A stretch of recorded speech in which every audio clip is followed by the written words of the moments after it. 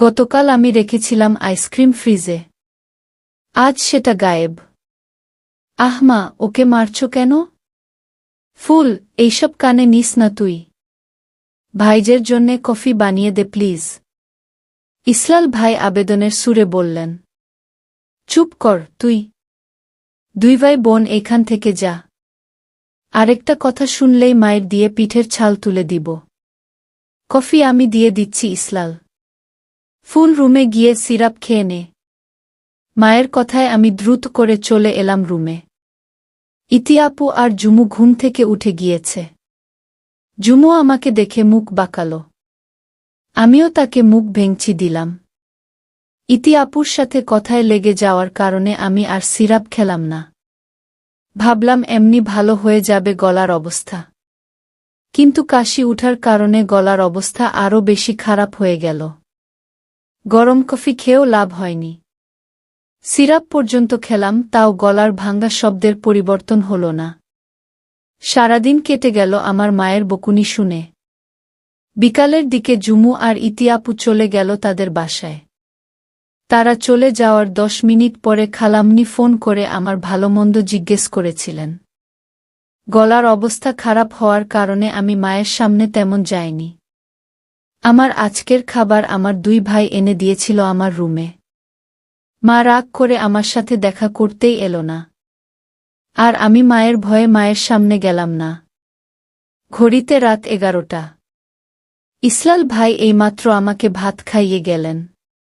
ভাইজা room থেকে বের হতেই মা আসলো রুমে, হাতে উনার দুধের গ্লাস। মাকে দেখে আমি একটা ঢেকুর গিললাম। মা এসে আমার মাথায় হাত বুলিয়ে দিলেন। এইভাবে ছেলেমানুষি করলে তো শরীর খারাপ আরও বেশি বেড়ে যাবে। আর কখনোই যেন এইসব না খাস ঠান্ডাকালে। ডাক্তার তো বলেই দিয়েছে তোর টনসিলের বেশি সমস্যা হলে অপারেশন করতে হবে। আমার এইসব ভালো লাগে না ফুল। এখন এই গ্লাস আমার সম্পূর্ণ খালি চাই। মায়ের এমন শান্ত কথা শুনে আমি চুপচাপ দুধের গ্লাসে চুমুক দিলাম। আর মা আমার মাথায় আস্তে করে বিলি কেটে দিচ্ছেন। বেশ শান্তি লাগছে আমার।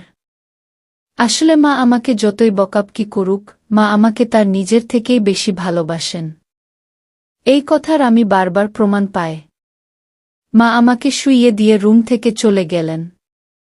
আমার রুমে জ্বলছে হালকা লাল রঙের লাইট। গলা ব্যথায় থাকার কারণে আমি কম্বলটা গলার সাথে লাগিয়ে দিলাম ভালো করে। হঠাৎ ফোনে কল আসায় আমি মোবাইল হাতে নিলাম।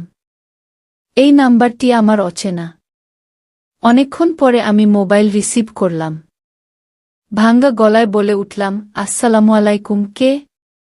যেই মেয়ে সামান্য একটা মুভি দেখে কান্না করে, শীতকালে সেই মেয়ের আইসক্রিম খাওয়া মোটেই শোভা দেয় না। তার উচিত এই ঠান্ডায় বসে ফিডার খাওয়া। এমন পাগল মার্কা কথা শুনে আমার মেজাজ খারাপ হয়ে গেল।